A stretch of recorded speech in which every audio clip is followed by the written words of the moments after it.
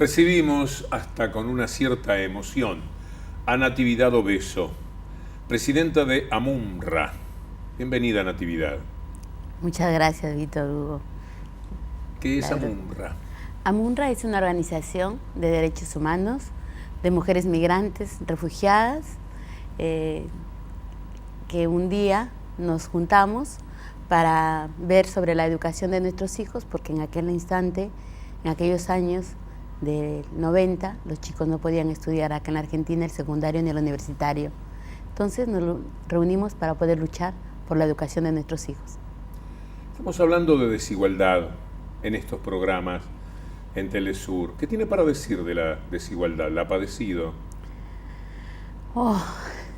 Es una palabra muy fuerte sobre mí, porque la verdad la he padecido por ambos lados. Tanto cuando realmente una persona llega a tener mucho dinero, ¿no? Y realmente llega a no tenerla. Entonces yo era una persona que era empresaria en mi país de origen, tenía toda la situación económica bien, con mi familia, y bueno, tuve que salir un día y llegar acá a este país, que en ese momento era la Europa de la América, y que no había un lugar específicamente para los migrantes o las migrantes en ese momento, ¿no? Teníamos una ley de la dictadura militar, la famosa llamada Ley Videla, donde realmente no existían los derechos humanos en ese tiempo aquí en la Argentina. ¿Recuerda cómo fueron sus comienzos de persona que empezó a nuclear a otras para debatir estos temas? Claro, sí, yo recuerdo, bueno, al llegar acá a este país, yo venía de una posición económica media alta y en ese momento yo llegué con buen dinero, en ese momento en el 1994, pero cuando yo llegué acá a mí me habían dicho que iba a llegar a un hotel que se llamaba Sheraton. Entonces yo pensé que era el mismo hotel donde yo a veces participaba en mi país, en alguna convención. Y cuando llegué al Hotel Sheraton era un hotel, era un lugar donde era una casa tomada, donde había todo lo malo que en ese momento eran sindicalizados los migrantes, ¿no? Con teléfonos truchos y todo eso. Pero creo que también la desigualdad viene de eso, o sea, si al migrante cuando llega al país de destino y le dicen estos son sus derechos, pero a la vez estos son sus deberes y obligaciones, entonces yo creo que el migrante va a entender, porque está informada, pero al no tener todas esas condiciones necesarias como para que él se pueda desarrollar en un país de destino, pues ahí es donde empiezan las brechas de la desigualdad, que la primera brecha es la migración, la pobreza, que la gente migra de sus países de origen para buscar una mejor calidad de vida para su familia.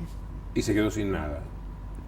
Y yo me quedé sin nada porque en ese momento tuve que enviar el dinero que había traído, porque no podía tenerlo acá, porque, o sea, no estaba acostumbrada. Yo soy de un pueblito muy chiquito en el Perú, que es Cajabamba. En ese momento cuando yo migré éramos 13.000 habitantes y al llegar acá pues para mí era todo diferente y lo que tuve que hacer es salir a buscar trabajo y no había trabajo para un migrante que llegaba en esa situación a este país. Y bueno, empecé primero vendiendo chocolates en Once, vendía los famosos Hamlet, que vendíamos 2 por $1. Y luego me dijeron que tengo que ir a un lugar a inscribirme a una agencia de empleo. Fui a esa agencia de empleo y me enviaron un día a un trabajo. Pero había muchísima discriminación, mucha desigualdad. Las empleadoras creían que realmente los migrantes éramos unos punjas, unos inútiles, porque de hecho la señora me dijo que era una inútil en ese momento, porque cuando voy a trabajar me da un balde lleno de muchos productos, ¿no? Y me manda a traer algunas cosas que realmente yo no entendía, porque uno llega prácticamente a un país de destino a oscuras, no es como ahora, ¿no? En ese momento me mandaron pedir una pava, yo le pedí a la señora que me diera maíz para llamar a la pava, luego me pide que le lleve el tacho, acá era un tacho de basura, en mi país el tacho era la pava. Entonces son todas esas situaciones que al no estar uno informada realmente ahí viene la desigualdad, porque las personas empiezan a ver al otro de mayor inferioridad, ¿no? O sea, tú eres inferior porque eres una empleada eres una mucama, eres una sirviente, pero yo decía, pero yo no he sido eso, o sea, yo tenía 4 empleadas en mi país. Y cuando, si lo recuerda, fue su grito interior de rebeldía, ¿qué anécdota, qué circunstancia la promovió? Bueno, yo empecé a trabajar en una casa de familia por horas y recuerdo mucho que la señora me había dicho que me quiere a mí como una hija, ¿no? Entonces, un gran día que nunca olvido era un día 25 de mayo, era feriado nacional acá, y entonces dije, bueno, voy a limpiar los vidrios y de ahí como es feriado me voy a ir a mi casa, ¿no? Y limpié los vidrios y fui a la casa. Al siguiente día, cuando llegué, me dijo, ¿y vos por qué no viniste ayer a trabajar? Le digo, sí vine a trabajar. Pero no has venido. Sí, le digo, sí vine. Vine, limpié los vidrios, pero como me dijo, escuché que dijeron que era feriado, entonces bueno, me regresé a mi casa. Entonces la señora me dijo, ¿y quién te ha dicho a vos que para las mucamas es feriado o hay feriado? Yo en ese momento saqué esa rebeldía de mi interior porque dije, no puede ser posible que a las personas seamos tratadas de esta manera, y me saqué el mandil y le dije, ¿sabe qué, señora? Hasta acá fue. Yo le juro, nunca más vuelvo a trabajar como empleada doméstica, le llamaban en ese momento. A partir de ahora yo voy a salir y no sé qué voy a hacer, pero voy a luchar para que realmente nosotras seamos bien tratadas. Cuando dice nosotras, empezó a imaginar un colectivo de personas que sufrieran lo mismo, que padecieran esa invisibilidad. Porque en donde nosotros vivíamos, donde yo fui a vivir, eran 18 personas que vivíamos en un cuarto. Y eran unas cuchetas donde no había ni intimidad ni nada. Nos tapábamos con una sábana toda la cucheta, por ejemplo, para poder cambiarnos de ropa. Las duchas era agua helada. En el 94, en junio, fue el invierno más crudo para nosotros. Para nosotras, ahí también la policía me detuvo en algún momento.